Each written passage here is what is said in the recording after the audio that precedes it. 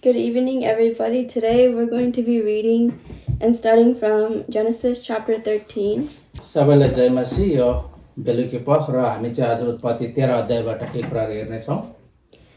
Before I get into chapter 13, I kind of want to give a little summary of what happened in Genesis chapter 12. उत्पत्ति 13 अध्यायमा प्रवेश गर्नुभन्दा पहिला चाहिँ हामी उत्पत्ति 12 अध्यायमा के भएको थियो त्यसको चाहिँ केही भागहरू हेर्नेछौँ, त्यसको समरी हेर्नेछौँ हामी। So in chapter 12, the Lord has called unto Abraham and called him to leave his country, his kindred, and his father's home. त्यहाँनिर 12 अध्यायमा चाहिँ उसको पिताको घर अनि उसको आफन्त नातागोताहरू कुटुम्बलाई र अनि त्यहाँदेखि आफ्नो देशलाई छोड्नु भनेर चाहिँ परमेश्वरले अब्रामलाई भन्नुभएको थियो। We see that God made a covenant with Abraham, and Abraham departed to the land that God had shown him. परमेश्वरले चाहिँ अब्रामसँग प्रतिज्ञा गर्नुभएको थियो अनि अब्रामले चाहिँ परमेश्वरले देखाउनु भएको ठाउँतिर जानुपर्ने थियो। But because of Abraham's lack of faith in God, when it was time, when there was famine in the land of Canaan, he fled to Egypt. तर अब्रामको विश्वासको कमीको कारणले गर्दाखेरि ऊ चाहिँ कनानतिर जानुपर्ने तर इजिप्टतिर ऊ चाहिँ गएको हामी देख्छौँ। We see Egypt as a worldly place which is evil and corrupt. हामीहरूले चाहिँ मिस्र देशलाई हेर्यो भने चाहिँ त्यहाँनिर चाहिँ प्रशस्त भएको कुरा अनि त्यहाँनिर चाहिँ कसरी भ्रष्ट र अति नै दुष्ट कुराहरू बढेको हामी त्यहाँनिर देख्छौँ। We kind of see like after he departed to or fled to Egypt, we can see how he started getting further away from God. अनि इजिप्टतिर जाँदाखेरि चाहिँ कसरी परमेश्वरदेखि टाढा टाढा भएको कुराहरू हामी देख्छौँ।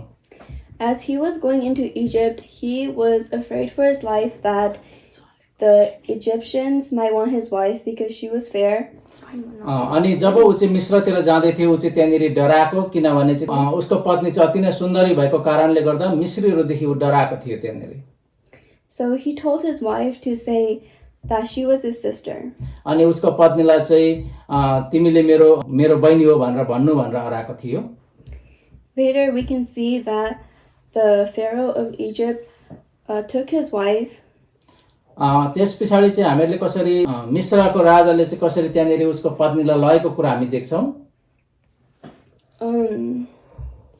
There when the plague hit Pharaoh, he found out that Abraham was lying and that Sarah was actually his wife. अनि जब त्यति बेला चाहिँ विपत्ति आयो त्यति बेला चाहिँ उसले थाहा पाए कि यो चाहिँ अब्रामको पत्नी पो रहेछ भन्ने कुरा त्यति बेला थाहा पाएको कुरा हामी थाहा पाउँछौँ। Knowing that, the Pharaoh of Egypt sent Abraham away. अनि त्यस पछाडि चाहिँ कसरी अब्रामलाई चाहिँ मिस्रको राजाले त्यहाँबाट पठाइहालेको हामी देख्छौँ। In chapter 12 we see that though Abraham did make many mistakes, God did not forsake him. अनि कसरी अब्रामले चाहिँ धेरै गल्तीहरू गरेका छ उत्पत्ति 12 अध्यायमा तर पनि परमेश्वरले चाहिँ उसलाई त्यागिहालेको छैन। Now I want to come to chapter 13 and read verse 1. अब चाहिँ हामी 13 अध्यायमा आएर हामी एक पदलाई हेर्नेछौँ। And Abraham went up of Egypt, he and his wife, and all he had, and Lot with him unto the south. अनि यहाँ एक पदमा चाहिँ यसरी लेखिएको छ अब्राम तिनकी पत्नी र तिनीसँग भएका सबै थोक र लोतलाई साथमा लिएर मिस्रबाट उक्लेर नेबेकमा आए। So we can see, we got the context from chapter 12 that why that he was leaving Egypt. हामीले चाहिँ उत्पत्ति 12 अध्यायबाट हेर्दै गर्दाखेरि उसले चाहिँ किन मिस्र देश छोड्यो भन्ने कुरालाई हामी हेर्छौँ। In verse 2 it says Abraham was very rich in cattle and silver and in gold. अनि दुई पदमा चाहिँ पालिने पशु सुनचाँदी भएकोले अब्राम अति नै धनैर्ध्य थिए भनेर लेखिएको छ। We can see that God had materially blessed Abraham. अनि कसरी परमेश्वरले चाहिँ अब्रामलाई चाहिँ सबै कुराबाट प्रशस्त बनाएको धनी बनाएको कुरा हामी देख्छौँ। We can read that was the covenant that God had made, that he would bless his family. कसरी परमेश्वरले चाहिँ अब्रामसँग तिम्रो परिवार चाहिँ तिमी आशीषित हुनेछौ भन्ने कुराको प्रतिज्ञा गर्नुभएको कुरालाई हामी याद गर्छौँ। Reading to verse 3, and he went on his journey from the south even to Bethel unto the place where his tent had been between the beginning between Bethel and Hai. अनि यहाँनिर 3 पदमा चाहिँ तिनी नेबेकबाट यात्रा गरेर बेथेलको त्यस ठाउँमा आइपुगे जहाँ अनि सुरुमा बेथेल र आइको बीचमा तिनको पाल टाँगेको थियो र सुरुमा उनले जहाँ पाल टाँगेको थियो त्यहीँनिर आइपुग्यो भन्ने कुरा हामीले 3 पदमा गएर हेर्न पाउँछौँ। When Abraham in chapter 12 first came to Bethel, he made an altar unto the Lord and worshipped the Lord. अनि उत्पत्ति 12 अध्यायमा चाहिँ हामीले हेर्यौँ भने जति बेला ऊ चाहिँ बेथेलमा आइपुगेको थियो अनि त्यहाँनिर चाहिँ वेदी बनाएर अनि कसरी परमेश्वरको उपासना गरेको कुरा हामीले देखेका छौँ। We can read that in Genesis 12:8. हामीले उत्पत्ति 12 अध्यायको 12 का 8 पदमा हामी त्यो कुराहरू पाउन सक्छौँ। I'll go ahead and read it. It says, "And he removed hence unto the mountain on the east of Bethel, and pitched his tent, having Bethel on the west and Hai on the east. And there he builded an altar unto the Lord, and called upon the name of the Lord." उत्पत्ति 12 का 8 पदमा यस्तो लेखिएको छ, त्यहाँबाट तिनी हिँडेर बेथेलको पूर्वपट्टि भएको पहाडमा सरे र बेथेललाई पश्चिम र आई शहरलाई चाहिँ पूर्वपट्टि पारेर आफ्नो पाल टाँगे। तिनले परमप्रभुको निम्ति एउटा वेदी बनाएर परमप्रभुको नाउँको पुकारा गरे। We can see the place is quite significant. अनि यहाँ चाहिँ त्यो ठाउँ चाहिँ निकै महत्त्वपूर्ण भएको हामी देख्छौँ। It was near Bethel when Jacob was running away from his brother after stealing his birthright. जति बेला चाहिँ हामीहरूले चाहिँ याकुबलाई चाहिँ उसको आफ्नो दाजुको ज्येष्ठ अधिकार खोसेर भाग्दै गर्दाखेरि चाहिँ बेथेलबाट चाहिँ ऊ भागेको कुरा हामी त्यहाँ देख्छौँ। It was near Bethel where he used a rock as a pillow and had a dream. अनि त्यो बेथेलको छेउमा जब उसले चाहिँ एउटा ढुङ्गालाई चाहिँ सिरानी बनाएर सुतेको थियो अनि उसले सपना देखेको थियो। This is when he first is aware of the presence of God. अनि उसले चाहिँ परमेश्वरको उपस्थितिलाई त्यहाँनिर उपस्थितिबाट सावधानी भएको कुरालाई हामी त्यहाँ देख्छौँ। God had also made a covenant with Jacob at this place. अनि त्यो ठाउँमा परमेश्वरले याकुबसँग पनि प्रतिज्ञा गरेको हामी देख्छौँ। If we read Genesis 23, we can see in verse 3 the promises he had made. अनि हामीले 23 अध्यायमा आएर हेर्यौँ भने चाहिँ कसरी परमेश्वरले याकुबसँग पनि प्रतिज्ञा बाँधेको कुरा गरेको कुरा हामी देख्छौँ। In Genesis 26, 2 and 3. 26 को 2 र 3 पदमा verse 3, "Sojourn in the land, and I will be with thee, and will bless thee. For unto thee and unto thy seed I will give all these countries, and perform the oath which I swear unto Abraham thy father. And I will make thy seed multiply as the stars of heaven, and will give unto thy seed all these countries, and in thy seed shall the nation of the earth be blessed." कसरी यहाँ 26 को 3 पदमा, "त्यही ठाउँमा बसोबास गर र म तसँग रहनेछु र तँलाई आशिष दिनेछु, किनकि मैले तेरो बुवा अब्राहमसँग शपथ खाएर दिएको प्रतिज्ञा म पूरा गरेर तँलाई र तेरा सन्तानलाई यी नै देशहरू दिनेछु। तेरो सन्तानलाई आकाशका ताराहरू चाहिँ बढाउनेछु र तिनीहरूलाई यी सबै देश दिनेछु। तेरै सन्तानद्वारा संसारका सबै जातिहरूले आशिष पाउनेछ। We can see later in Jacob's life, the Lord had called him back to the place where they made the covenant. अनि हामीले याकुबको पछिल्लो दिनहरूमा हेर्यो भने चाहिँ याकुबलाई चाहिँ फेरि परमेश्वरले उपस्थित भएर चाहिँ कसरी पहिला सुरुमा प्रतिज्ञा गरेको थियो बेथेलमा अनि फेरि बोलाएको छ, वापस बोलाएको छ। We can read this in Genesis 31:13. हामीले यो कुरा चाहिँ 31 अध्यायको 13 पद, "I, the God of Bethel, where thou anointest the pillar, and where thou vowest a vow unto me. Now arise, get thee out from this land, and return to the land of thy kindred." तैँले खाबामा तेल खनाएको र भाकल गरेको ठाउँ बेतेलको परमेश्वर म नै हुँ। अब उठ, यस ठाउँमा फर्केर तेरो जन्मभूमिमा जा। I also want to look at Genesis or Revelation verse 2. प्रकाशको पुस्तकमा पनि गएर हामी हेर्नेछौँ। Chapter 2 verse 4. प्रकाशको पुस्तक 2 अध्यायको 4 पद,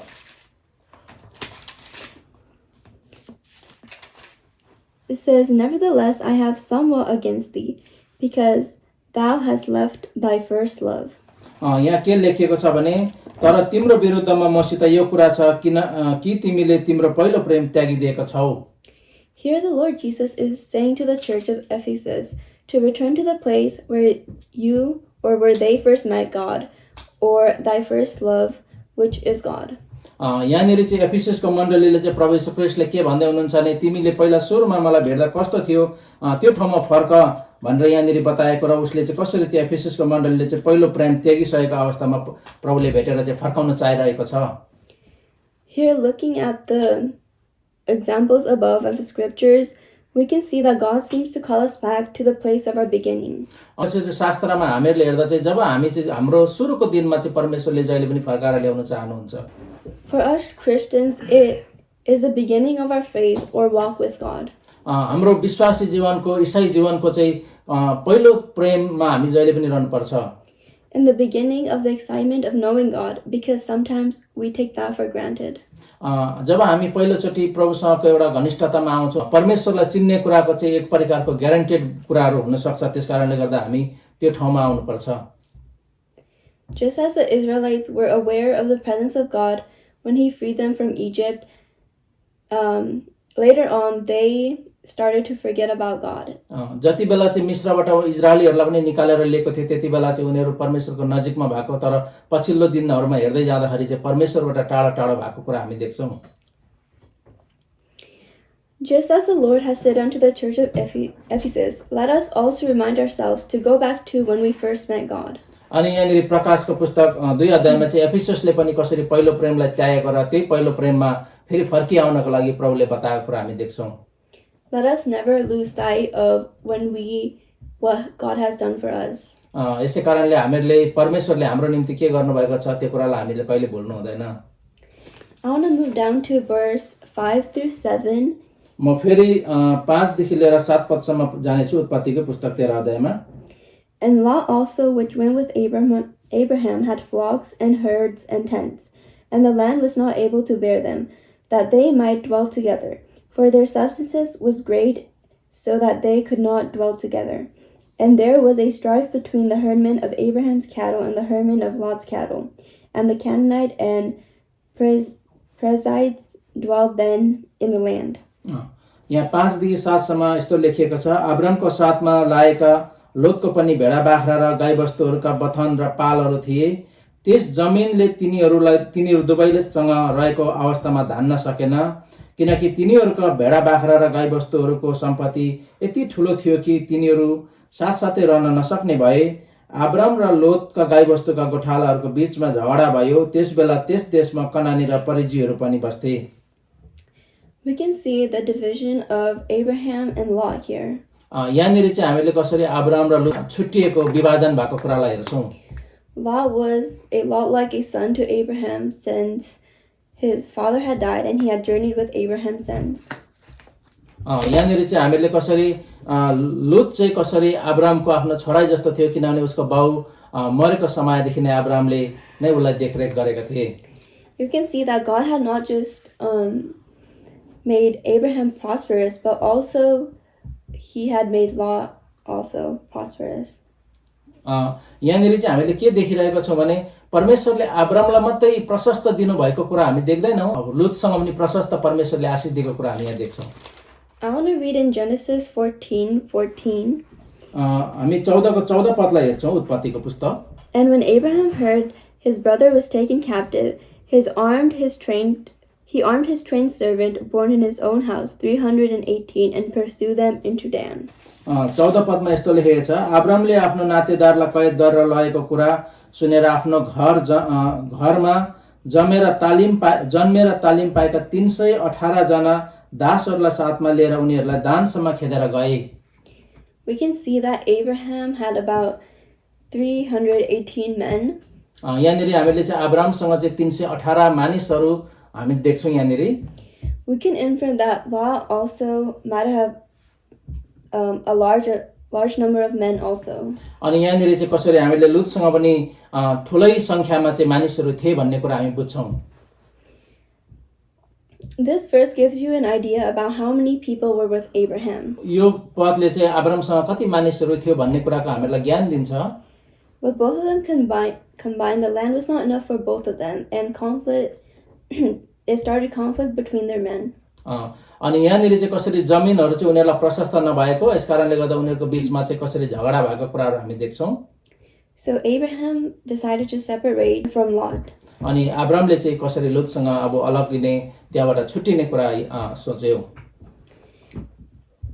We see in verse 8 and 9 how Abraham tells Lot to pick a land and to go far from him. हामी 8 र 9 पदमा चाहिँ हामी कसरी परमेश्वर अब्राहमले चाहिँ अब जमिन छान अनि त्यहाँदेखि त्यो जमिन छानेर त्यतापट्टि जाऊ भन्ने कुरा गरेको हामी देख्छौँ। I want to read verse 10. म 10 पदलाई हेर्नेछु। And Lot lifted up his eyes and beheld all the plain of Jordan, that it was well watered everywhere, before the Lord destroyed Sodom and Gomorrah, even as the garden of the Lord, like the land of Egypt, as thou hast comest into Zoar. Then Lot chose him all the plain of Jordan, and Lot journeyed east, and separated themselves the one from the other. And Abraham dwelt in the land of Canaan, and Lot dwelt in the cities of the plain, and pitched his tent towards Sodom. 10 देखि 12 पदसम्म म पढ्नेछु। लोतले आफ्नो आँखा उठाएर हेरे र यर्दनको बेसी चाहिँ परमप्रभुको बगैँचा जस्तै अथवा सहरतिरको मिश्र देश जस्तै चारैतिर प्रशस्त पानीले भिजेको थियो। परमप्रभुले सदम र गमोरा सर्वनाश गर्न अघिको कुरो हो। यसकारण लोतले यर्दनको जम्मै बेसी रोजेर पूर्वतिर लागे। यसरी यिनीहरू छुटे। अब्राम चाहिँ कनानको देशमा नै बस्न लागे। लोत चाहिँ बेसीको सहरमा बास गरे। तिनले आफ्नो पाल सदमसम्म सारे। Some people say that this is the backsliding of Lot. कतिजनाले चाहिँ यो चाहिँ लुतको चुकाउको कुराहरू भएको भन्ने कुरा कतिजनाले गर्छन्। When he chose the land he wanted to live in, he did not consider Abraham or Abraham's needs. उसले जति बेला त्यो जमिन छान्दैछ, जमिन छान्दै गर्दाखेरि चाहिँ अब्रामको खाँचोलाई उसले वास्ता नगरिकन उसको आफ्नो मात्रै खाँचो हेरेको हामी देख्छौँ। But he looked at himself first and chose the plain of Jordan and pitched the tent towards Sodom. अनि उसले आफूलाई मात्रै वास्ता गरेर चाहिँ कसरी सदमको ठाउँले छानेको हामी देख्छौँ यहाँनेरि। The next time we read about Lot, we see him near the gates of Sodom or living in Sodom. अनि हामीले अर्को ठाउँ हामीले पछाडि हेर्दै गयौँ भने उसलाई चाहिँ सदममा भएको अनि सदमको मूल ढोकामा भएको कुरा हामी देख्छौँ। In verse 13 it says, "But the men of Sodom were wicked and sinners before the Lord exceedingly." यहाँनिर 13 पदमा चाहिँ के लेखेको छ भने सदमका मानिसहरू चाहिँ दुष्ट थिए अनि परमप्रभुको विरुद्धमा साह्रै पाप गर्थे। Sodom was a very wicked place and Lot seemed to be attracted by it. अनि त्यहाँनिर सदम चाहिँ अति नै दुष्ट ठाउँ थियो अनि त्यहाँदेखि त्यहाँनिर चाहिँ कसरी पापले सजिलोसँगले मान्छेलाई चाहिँ तानिहाल्थ्यो, खिचिहाल्थ्यो। We learn from this that sin can look very attractive. अनि यहाँबाट हामी के बुझ्न सक्छौँ भने पापले चाहिँ सजिलोसँगले मान्छेलाई तान्दो रहेछ। Go to Proverbs 14:12. हितोपदेशको पुस्तक 14 को 12 हेर्नेछौँ। It says, "There is a way which seemeth right unto man, but the end thereof are the ways of death." कुनै बाटो मानिसको नजरमा ठिक देखिएला तर अन्त्यमा त्यसले मृत्युमा पुर्याउँछ। Sin may seem right to us, but it will always lead us to death. कहिलेकाहीँ हामीलाई बाटोहरू ठिकै लाग्छ, सोझो लाग्छ तर त्यसले हामीलाई मृत्युमा पुर्याइरहेको हुन्छ। A wise man will always look down the road to see where it is leading. अनि एउटा बुद्धिमानी मान्छेले चाहिँ जहिले पनि तलतिर बाटो हेर्छन्, त्यो बाटोले कहाँ पुर्याउँछ भनेर चाहिँ एउटा बुद्धिमानी मान्छेले याद गरेको हुन्छ, हेरेको हुन्छ। A road might seem exciting and fun, but you have to ask yourself, where is this leading me? कहिलेकाहीँ त्यस्तो हुनसक्छ हामी हिँडेको बाटोहरू नै हामीले आफूलाई प्रश्न सोधेर त्यो बाटोले मलाई कहाँ पुर्याउँछ भनेर हामीले आफूलाई सोध्नुपर्छ। If we read 2 Corinthians 5:7, it says, "For we walk by faith and not by sight." दोस्रो कोरिन्थी 5 को 7 पदमा हेर्यो भने चाहिँ हामी चाहिँ विश्वासद्वारा हिँड्नुपर्छ तर हाम्रो भौतिक दृष्टिले होइन। We need to walk by faith because our judgment isn't always correct. जब हामी विश्वासमा हिँड्छौँ भने हाम्रो न्याय चाहिँ ठिक हुन्छ। I want to read verse 14 and 15. And the Lord said unto Abraham after Lot was separated from him, "Lift up now thine eyes, and look from the place where thou art northward and southward and eastward and westward. For all the land which thou seest, to thee I will give, and to thy seed forever." उत्पत्ति 13 को 14 र 15 पदलाई पनि हेर्छौँ। यहाँनिर यस्तो छ, लोत तिनीबाट अलग भएपछि परमप्रभुले अब्रामलाई भन्नुभयो, अब तेरो उठाएर त भएको ठाउँमा उत्तर दक्षिण पूर्व र पश्चिमतिर हेर, तैँले देखेको सबै ठाउँमा म तँलाई र तेरो सन्तानलाई सधैँको निम्ति दिनेछु। Here we can kind of see the Lord coming down, and it seems like he is comforting Abraham. अनि यहाँ चाहिँ हामी के देख्छौँ भने परमेश्वर चाहिँ अब अब्राम कहाँ आएर फेरि अब्रामलाई सन्ताउन दिँदै गरेको हामी देख्छौँ। Since Lot was very close to Abraham, it might have been hard to see Lot leave. अब्रामले साह्रै माया गरेको उसको भतिजा थियो अनि ऊ त्यहाँबाट छुटेर जाँदै गर्दाखेरि अब्रामलाई निकै गाह्रो भएको हुनुपर्छ। I want to go ahead and read verse 16. म 16 पदलाई पढ्नेछु। And I will make thy seed as dust of the earth, so that if a man can number the dust of the earth, then shall thy seed also be numbered. 16 पदमा म तेरो सन्तानलाई पृथ्वीको धुलो सरह बढाउने छु, यहाँसम्म कि कसैले धुलो गर्न सक्छ भने तेरो सन्तानलाई पनि गर्न सक्नेछ। God says that Abraham's seed cannot be numbered. यहाँनिर चाहिँ कसरी परमेश्वरले चाहिँ अब्रामको सन्तान चाहिँ गर्न नसक्ने कुरा बताउँदैछ। God says to Abraham that his seeds cannot be numbered. परमेश्वरले यहाँ अब्रामलाई भन्दैछ तेरो सन्तान चाहिँ गर्न सक्ने छैन। But later on we see David sin by counting the numbers. तर यहाँ कसरी फेरि पछिको दिनमा हेर्यो भने दाउदले चाहिँ फेरि त्यहाँ गन्ती गरेर पाप गरिपठाएको हामी देख्छौँ। We go to 1 Chronicles 21. हामी पहिलो इतिहासको पुस्तकमा हामीले गएर हेर्यौँ भने We read that Satan stood up against Israel and provoked David to number Israel. 21 को 1 पद शैतान इजरायलको विरुद्धमा उठेर दाउदलाई आफ्नो प्रजा गर्नलाई सुर्यायो भनेर लेखेको रहेछ।